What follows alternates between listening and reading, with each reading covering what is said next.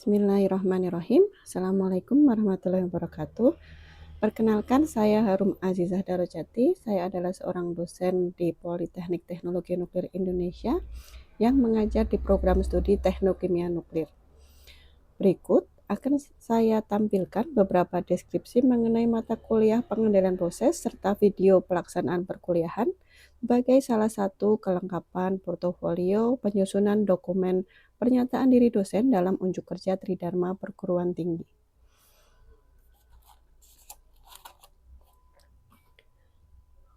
Mata kuliah pengendalian proses merupakan salah satu mata kuliah wajib yang harus diambil oleh mahasiswa program studi Teknokimia Nuklir. Mata kuliah ini mempelajari mengenai hal-hal terkait pengendalian proses seperti tujuan dan prinsip kendali proses, instrumentasi pada kendali proses, pemodelan matematis pengendalian proses, diagram blok sistem kendali, berbagai jenis sistem kendali, proporsional, integral, derivatif, dan kombinasi keduanya atau ketiganya. Kemudian kriteria stabilitas proses terkendali secara umpan balik, dan pengendalian proses yang lebih kompleks pada suatu proses kimia. Kemampuan yang diharapkan ini berupa CPL yang dibebankan dari Prodi. Yang pertama, menginternalisasi keselamatan dan keamanan nuklir dalam menjalankan tugas. Yang kedua, mampu mengambil keputusan secara tepat berdasarkan prosedur baku, spesifikasi desain, persyaratan keselamatan dan keamanan kerja dalam melakukan supervisi dan evaluasi pada pekerjaannya. Yang ketiga, mampu mengkritisi prosedur operasional baku dalam menyelesaikan masalah teknologi rekayasa kimia nuklir dengan mengutamakan faktor-faktor keselamatan dan keamanan nuklir, keselamatan publik yang telah dan atau sedang diterapkan dan dituangkan dalam bentuk kertas kerja ilmiah.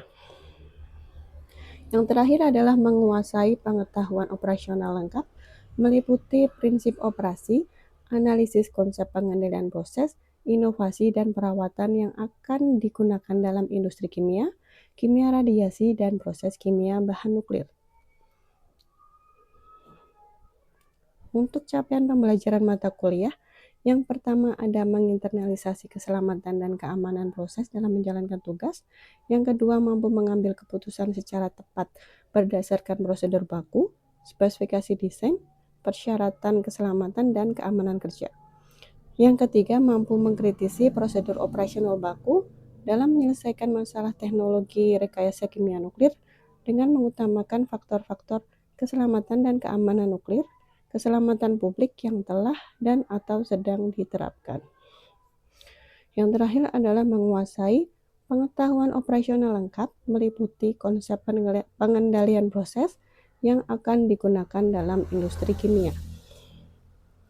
Materi pembelajaran berupa prinsip kendali proses, instrumentasi kendali proses, pemodelan matematis sistem kendali proses, diagram blok sistem kendali, jenis-jenis sistem kendali, dan kriteria stabilitas sistem pengendalian proses. Untuk pustaka rujukan, selain ada modul materi yang akan diunggah pada LMS Poltek Nuklir, yaitu Edlink, ini juga ada pustaka rujukan berupa pustaka utama karangan Kohanauer edisi ketiga, kemudian Webben edisi kedua, dan pustaka pendukung dari Raven, Seaborg, dan Stephanopoulos. Untuk sistem pembelajaran atau mode perkuliahan, alat kontrol atau pengendalian proses ini mempunyai bobot mata kuliah 1 SKS. Ini untuk pertama kali pertemuan, biasanya saya akan memberikan RPS, rencana pembelajaran semester, dan kontrak perkuliahan kepada mahasiswa. Untuk kontrak perkuliahan ini akan berisikan aturan-aturan selama perkuliahan dan sistem penilaian beserta bobotnya. Ini akan ada kesepakatan antara dosen dan mahasiswa yang dibuktikan dengan tanda tangan dosen dan perwakilan mahasiswa. Untuk pembelajaran akan dilaksanakan dalam 16 minggu dengan rincian sebagai berikut. Untuk tatap muka bisa sinkron dan asinkron. ini selama 1 kali 50 menit, tugas struktur 1 kali 60 menit, dan tugas mandiri 1 kali 60 menit. Untuk media pembelajaran, ini ada Edring dan Siakat. Ini merupakan LMS dari Poltek Nuklir. Di sini bisa untuk akses RPS, materi perkuliahan, unggah dan unduh tugas, kuis, dan ujian. Kemudian bisa juga dimasukkan feedback untuk mahasiswa apa yang perlu didiskusikan. Untuk pertemuan daring akan dilaksanakan dengan Zoom yang akan difasilitasi oleh Poltek Nuklir. Untuk perangkat lunak, ini ada Microsoft Word, Excel, dan PowerPoint. Untuk Excel bisa untuk pemodelan dari pengendalian proses tersebut. Untuk perangkat keras ada notebook dan LCD proyektor. Metode pembelajaran ini berupa ceramah, kemudian ada diskusi. Ini diskusi antara dosen dengan mahasiswa dan antar mahasiswa. Kemudian ada tanya jawab, studi kasus biasanya dalam suatu sistem industri, kemudian mengerjakan soal tugas, ujian, kuis. Ujian juga berupa ujian tengah semester dan ujian akhir semester. Untuk interaksi dosen dan mahasiswa ini berlangsung secara 2 arah. Yang pertama ada interaksi dosen dengan mahasiswa, ini dari diskusi materi, kemudian tanya jawab, studi kasus, kemudian ada pembahasan atau review soal tugas, kuis, atau ujian. Dan yang terakhir ada presentasi tugas. Untuk interaksi antar mahasiswa, ini dilaksanakan pada diskusi materi, kemudian studi kasus, dan pengerjaan tugas kelompok. Untuk sistem penilaian mata kuliah, ini tertuang pada kontrak perkuliahan yang harus disepakati antara dosen dan mahasiswa. Ada kehadiran dan keaktifan dalam perkuliahan ini 10%, tugas dan kuis 25%, UTS 30%, UAS 35%, dan totalnya adalah 100%. Bobot ini juga akan memuat bobot dan indikator dari RPS sesuai yang ditampilkan berikut. Selanjutnya, mari kita simak video perkuliahan pengendalian proses. Bismillahirrahmanirrahim. Assalamualaikum warahmatullahi wabarakatuh. Waalaikumsalam warahmatullahi wabarakatuh. Selamat siang. Siang, Bu. Bagaimana kabarnya? Baik, Bu. Kita ketemu lagi untuk membahas mata kuliah pengendalian proses dengan pokok bahasan analisis kestabilan sistem pengendali ya. Sebelum kita mulai perkuliahan, ada baiknya kita berdoa dulu. Silahkan dipimpin berdoa. Baiklah teman-teman. Ada baiknya sebelum memulai perkuliahan kita berdoa menurut agama dan kepercayaan masing-masing. Berdoa dimulai. Selesai. Terima kasih. Kita mulai. Untuk pokok bahasan ini melanjutkan dari yang kemarin. Kemarin kan sudah tentang bagaimana kita membuat persamaan dan diagram blok dari sistem pengendali. Untuk sistem pengendali itu di pengendalian proses, mungkin ada yang ingat pengendalian proses itu untuk apa intinya?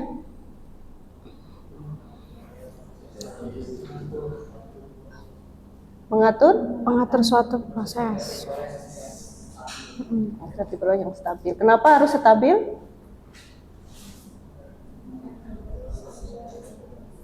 Agar prosesnya tidak terganggu. Kalau tidak stabil, tidak stabil itu nanti efeknya gimana? Di hasil produksinya atau prosesnya lebih lama, kualitas produknya tidak sesuai. Berarti masih ingat ya untuk pertemuan-pertemuan sebelumnya. Kita lanjutkan.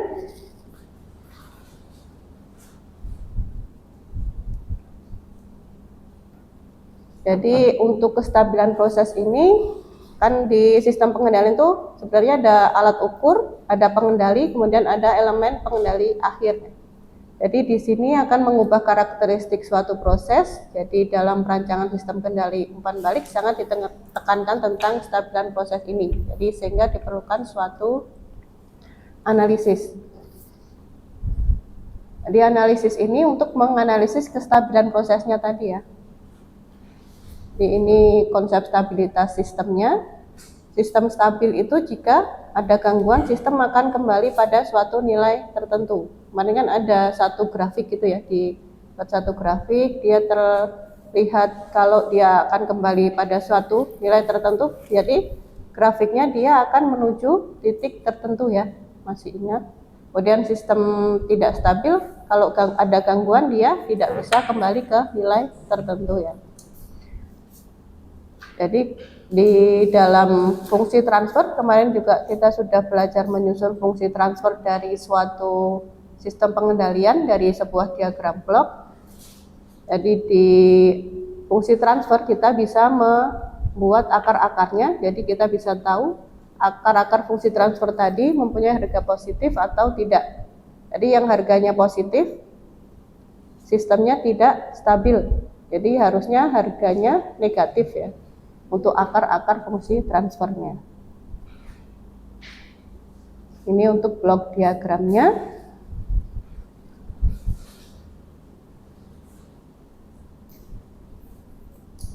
Masih ingat ini YSP ini adalah set point ya.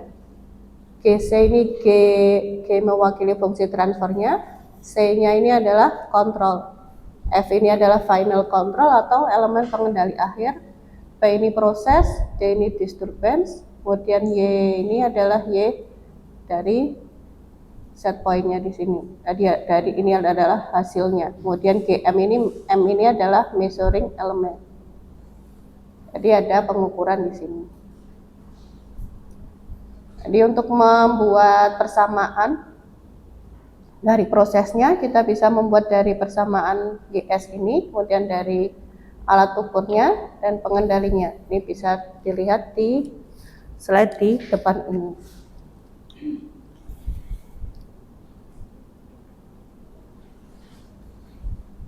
Sampai sini jelas, ini kan mengulang dari yang kemarin ya.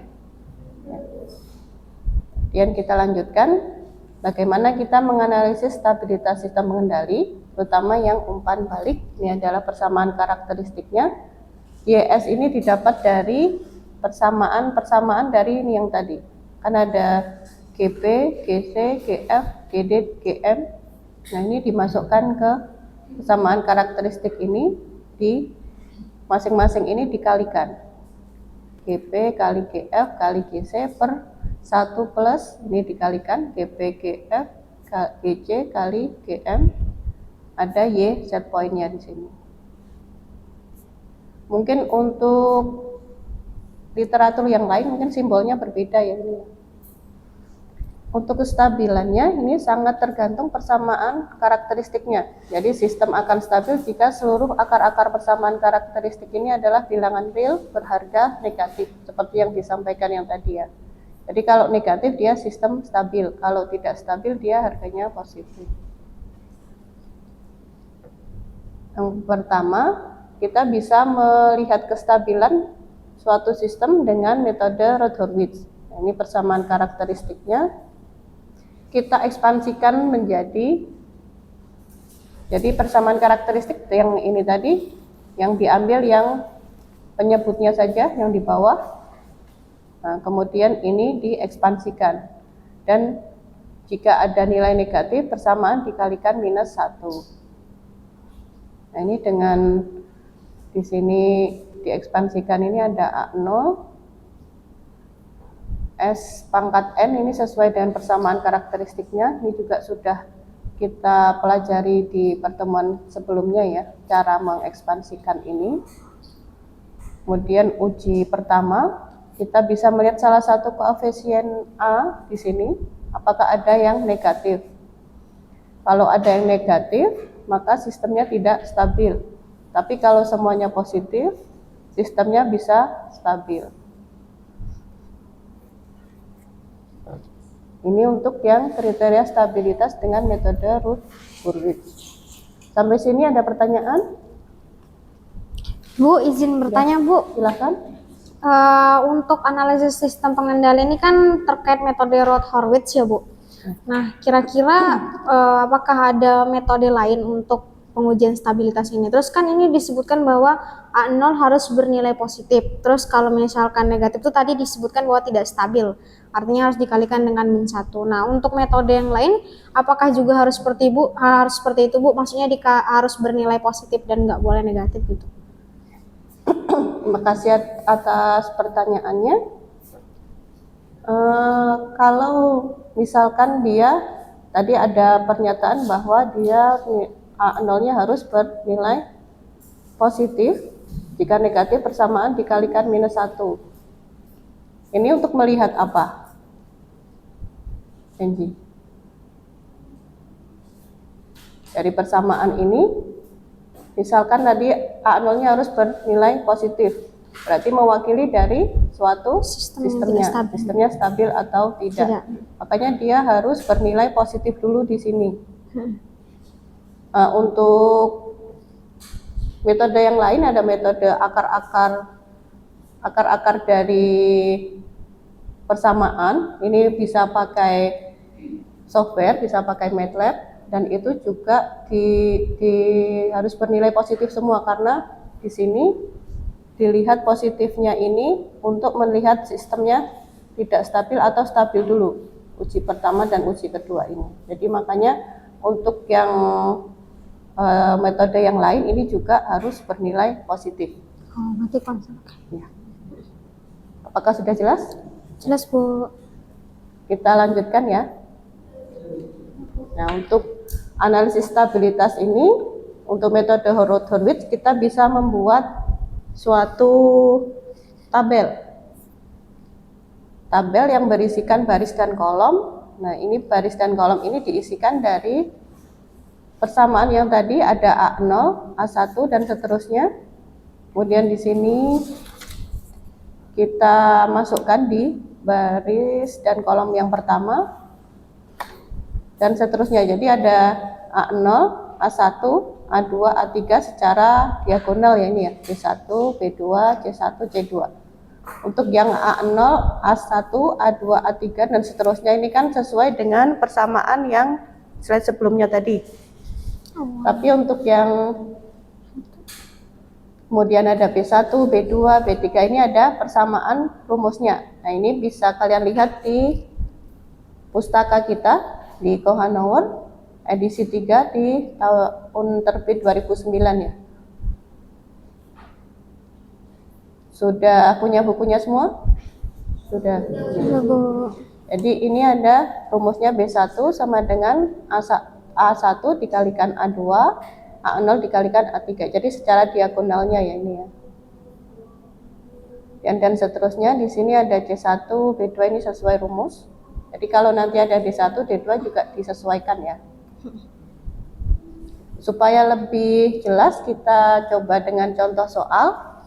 Jadi ada persamaan karakteristik sebagai berikut. S pangkat 3 plus 2S kuadrat plus 2 plus KC S plus KC per tau I sama dengan 0. Ini diminta menentukan batas KC dan tau I agar sistem stabil. Jadi nanti diperhatikan apakah pertanyaannya itu sistemnya stabil atau tidak stabil. Kadang pertanyaannya menjebak, jadi tentukan batas KC agar sistem tidak stabil. Kalau kalian menjawabnya sistem stabil pada nilai ini kan berarti ada yang kurang ya jawabannya. Nah, ini bisa dilihat berarti ini A-nya berarti berapa? Ada berapa? Ada 1, 2, 3, 4 ya. Untuk A0-nya berarti sama dengan 1. A1-nya 2. Berapa? 2 ya. A2-nya 2 plus KC. Kemudian A4-nya KC plus TI per TI. Kemudian ini setelah itu ada lagi nggak A-nya berarti di sini? Nggak ya, nggak ada ya. Cuma 4. Jadi di sini seterusnya ini memakai rumus yang tadi itu ya. Nanti dia kan B1. rumusnya bisa dilihat di slide sebelumnya. A1 A2. Kemudian setelah itu disama dengankan dengan yang di baris atau ini ya kolom yang sebelahnya. Kolom yang sebelahnya ini juga sesuai rumus, tapi hasilnya dicoba sama dengan 0 ya ini ya. Karena di sini sudah tidak ada pengalinya. Kemudian di sini hasilnya adalah ini untuk yang baris ketiga. Yang baris keempat ada hasilnya, kemudian yang baris kelima ini tidak ditulis karena hasilnya 0. Kemudian setelah itu yang kolom kedua ini dan kolom kedua ini sama dengankan dengan kolom sebelahnya. Jadi kita cari nilai KC dan tau I-nya. Di sini persamaan ini kita sama dengankan 0, berarti hasilnya ini ya, disama dengankan 0 atau di sistemnya stabil ini nilainya harus apa? Positif atau negatif? Positif. Jadi dia lebih dari 0. Jadi KC-nya harus KC dikali 1/1 tau I lebih dari -2. Kemudian yang kedua atasnya KC per tau I lebih besar sama dengan 0, jadi KC-nya harus lebih besar dari 0 dan tau I-nya lebih besar dari 0.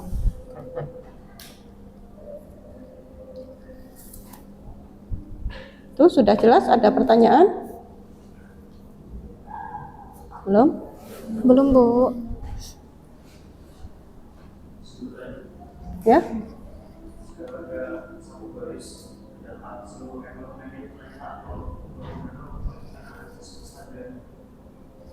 Apa bisa diulangi?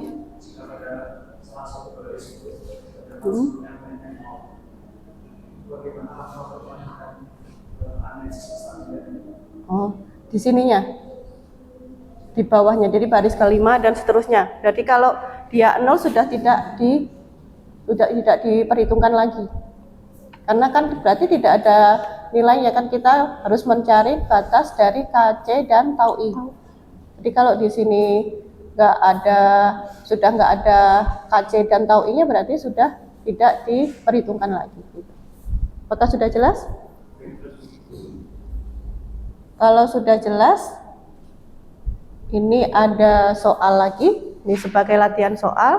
Jadi ada persamaan karakteristik dari sistem pengendalian. Ini S pangkat 4, 2S pangkat 3, 8S kuadrat.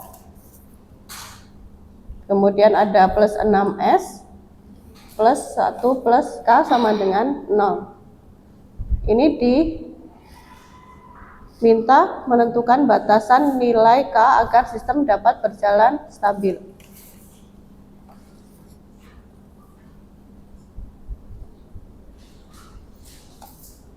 Ini A-nya ada berapa? 1, 2, 3, 4, 5. Jadi ini akan saya masukkan ke Edlink ya sebagai LMS kalian nanti sebagai tugas. Nanti jangan lupa di-upload. Untuk tugas ini nanti dikumpulkan paling lambat nanti malam ya. Di malam ini kan pukul 12 ya, berarti sekitar pukul 12. Nanti akan saya berikan deadline juga di batas waktu di Edlinknya. Bu, mau nanya, Bu. Ya. Itu boleh diketik atau harus ditulis tangan, Bu? Karena kan di-upload ya, berarti kalau ditulis tangan berarti tinggal difoto aja. Kalau diketik nggak boleh sih. Tapi mungkin kalau diketik, kalau nggak kesulitan sih, kan ini banyak pangkat-pangkat gitu. Ya. Sudah jelas ini? Yang lain ada pertanyaan? Belum, Bu. Sudah? Oke. Jadi nanti setelah didapatkan kalian identifikasi A-nya, kemudian bisa dimasukkan ke tadi ya, tabel yang root Hurwitz kemudian bisa dihitung sesuai tadi ya yang sudah dicontohkan. Baiklah, kalau sudah tidak ada pertanyaan bisa kita tutup ya. Baik, Bu.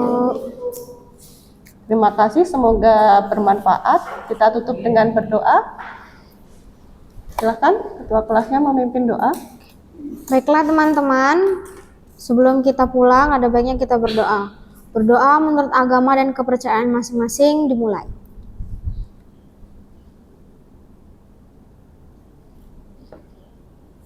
Selesai.